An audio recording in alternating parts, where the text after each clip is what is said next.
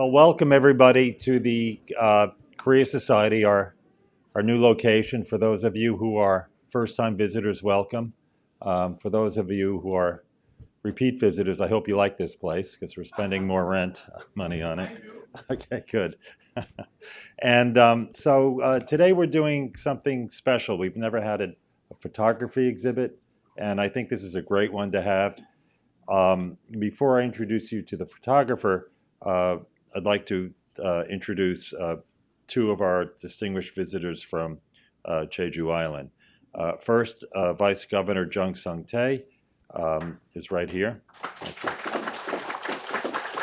And in a minute, he'll make some remarks. Of course, the Vice Governor is a native of Jeju Island. He previously served in the Ministry of Interior and in the Economy and Investment Department of Gyeonggi Province, which is on the mainland, on the peninsula, not on the island. Vice Governor Jung earned his master's degree in public administration at Syracuse University, and so he is not a stranger to New York City. And in a minute, we'll hear some of his remarks. But I'd also like to introduce you to Council Member Lee Sun-hwa. Please stand up, Ms. Lee. And she has a remarkable career, very rich.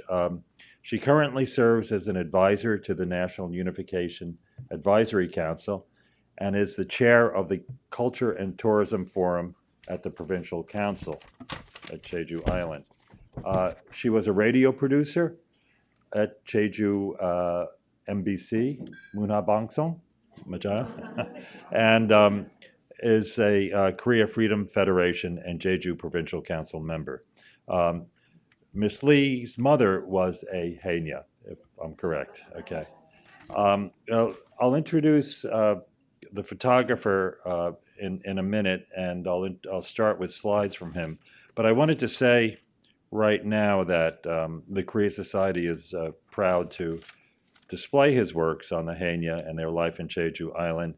And one thing I learned very recently is that the haenyeo, the woman who died, were recognized 1 year ago this month as Korea's 19th Intangible Cultural Heritage by the United Nations Educational, Scientific, and Cultural Organization, also known as UNESCO. So, Vice Governor Jung, please.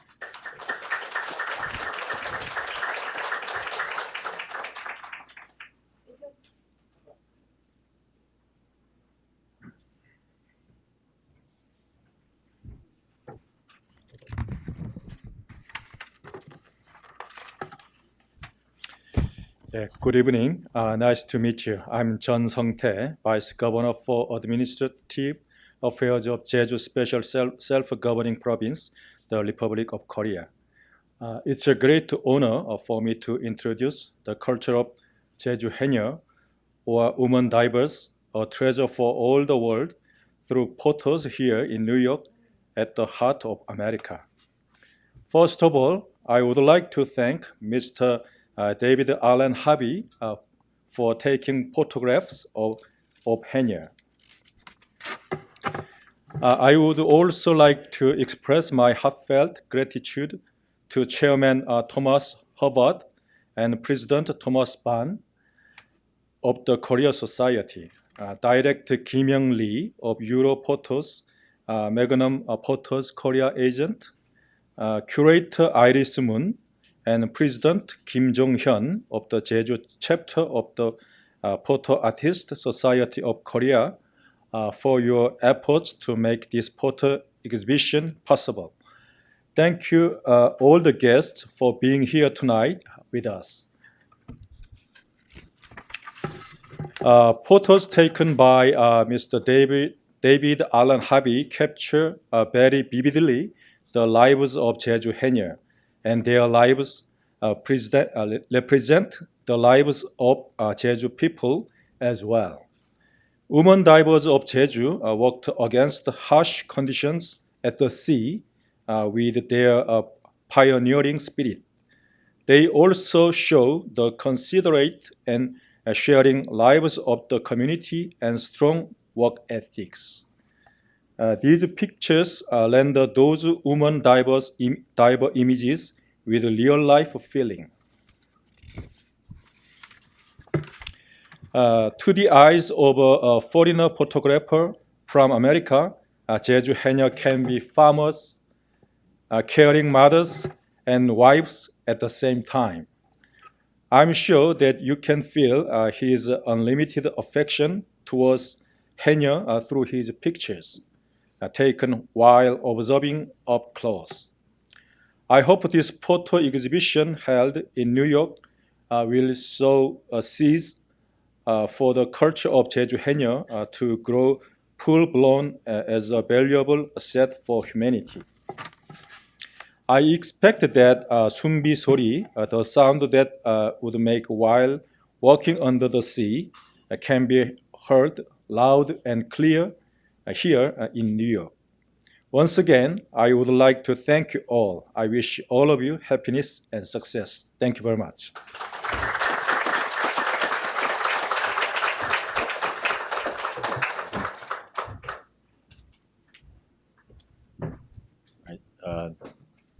Thank you, Vice Governor. I'll just say several words to introduce David Harvey, and then we'll go right to a slideshow. And after that, David will make some remarks. But David is a renowned National Geographic magazine photographer. He has over 40 essays, including French Teenagers, the Berlin Wall, Maya Culture, Vietnam, Native Americans, Mexico, Naples, Rio de Janeiro, and hip-hop cultures. He has 3 major books under his belt: Cuba, Divided Soul, and Living Proof. He has exhibited at the Corcoran Gallery of Art in Washington, D.C., right? MoMA, that's in New York, Virginia Museum of Fine Arts, and Bibliothèque Nationale de Paris. David joined Magnum Photography in 1997, and so that means this is his 30th anniversary with Magnum.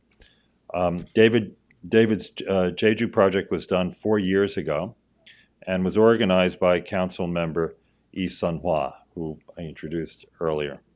So, Peter, ready? We'll start with the slides. Yeah, Peter will adjust everything.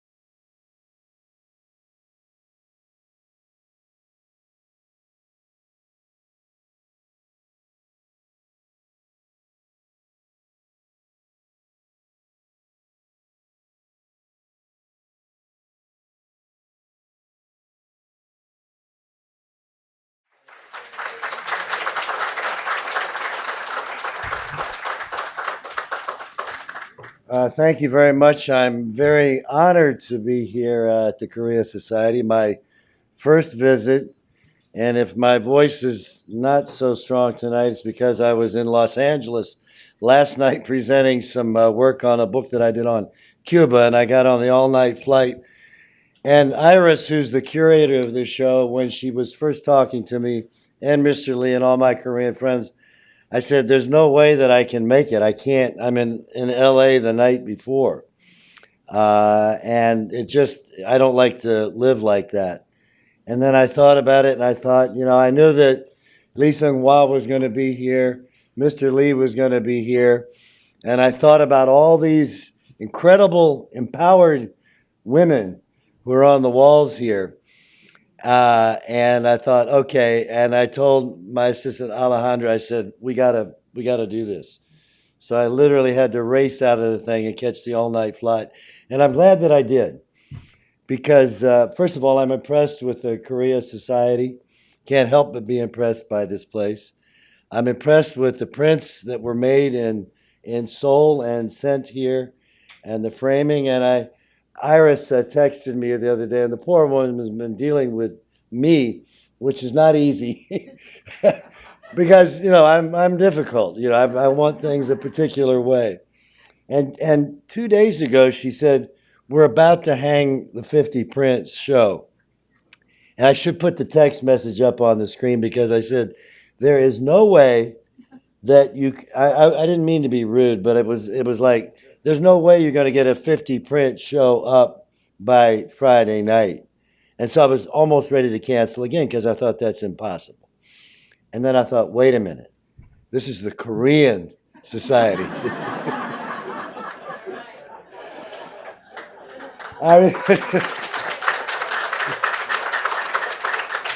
Anyway, thank you very much, Iris. And Lee Seung-hwa, we became friends 4 years ago on Jeju Island. And thank you for this most wonderful commission. Because, if you get to know me as a photographer and as a human being, and if you get to know my previous work, you will know that I immerse myself wherever I am. I started out by immersing myself just in my neighborhood in a small town in Virginia. And I fell in love with the photography of Henri Cartier-Bresson and Robert Frank, because these guys sort of didn't need much to make a good photograph. I saw that war photographers needed a war, and Ansel Adams needed spectacular scenery, and Richard Avedon needed famous people. No, these are all great photographers, but they all needed another thing, either a famous person, politician, great scenery, war. Sports photographers needed sports. But these French photographers kind of copied the French Impressionists. They didn't need anything except one little camera, one lens, and just immerse themselves in the subject. And I was in a little town in Virginia, and of course I gravitated to that style of photography because there was nothing going on in my town. If you look at my photographs, there's really not a whole lot going on in most of my photography. But again, there's not like a whole lot going on with the French Impressionist painters either, right? And with some of the greatest art, there doesn't have to be big things happening to create art. And there certainly doesn't have to be big things happening to immerse yourself into a culture like I was able to do with these lovely women who, one of the women on the wall, the woman combing her hair, she's 86 years old. She might not even be around even right this minute. That was 4 years ago. She might already be gone. And that was, of course, the power of the project, knowing that I was photographing a culture, which is, I assume, why I received this commission, that a culture that was going to disappear. Because as you can imagine, the young people in Jeju Island are just like the young people everywhere. They're on their phones and they've got other ideas. They want to move to Seoul and they don't want this job anymore. So it was a chance to document a piece of a dying culture. Now I went to Jeju Island, and I have two sons who are both filmmakers, and they said, "Dad, whatever you do, don't go diving with these ladies." And I said, "Well, I got certified in San Diego 25 years ago." And they said, "Yeah, but that was 25 years ago, and these women they're diving in cold water off a rocky coast or diving off a boat, and they've been doing it since they were teenagers. And you're not in the best condition to be doing this. Of course, what do you think happens? You get to Jeju Island, you're eating a lot of kimchi and abalone and drinking a lot of whatever that is that we drank a lot of on Jeju Island. But in bed every night at 8 o'clock, quiet. And of course, I had to dive with these ladies. And they couldn't, I actually had it in my contract that I wasn't going to have to dive because it wasn't going to be part of my job. As soon as I met these ladies, I realized I had to do it. And I had to get a wetsuit that was too small for me. And I went in the water. Of course, then I was really in with these ladies. Then I'm going home with them. I'm meeting their families. I learned how to, it would be very impolite in Korea if you were having dinner with a family to get up and take a picture, right? So I had the little underwater camera that I used to take the underwater pictures. And I was able to hold this camera I could eat with my chopsticks. Seriously, I learned how to have chopsticks and my camera in hand at the same time.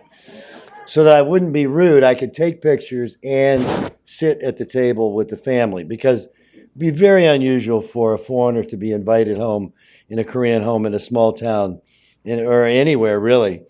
And so I was so honored. And so my only hope with this set of photographs, and I hope you feel the warmth of the women. I hope you feel the connection that I had with the women. And at a time when women really need to be empowered. These women have always been empowered. But I think it serves as a symbol for women and for men everywhere in the world. And I'm so happy that UNESCO has designated the site. What is the name of what do they call that? It's a heritage site, right? That's it. Yeah, I wasn't sure of the exact title. World Heritage Site, yeah, from UNESCO. Anyway, I hope that you feel that warmth. I hope you have a chance to look at the pictures. I think we're talking about maybe reprinting the book, because on my social media audience, just for you to know, I'm an Instagram person, and but so many people have asked me, and I'm talking about Americans now who really would love to see this book that there's just a few copies of. So maybe we can reprint it. But anyway, I'm glad you're here tonight.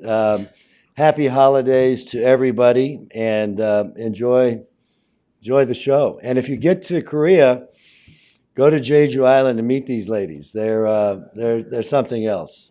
Anyway, thank you very much.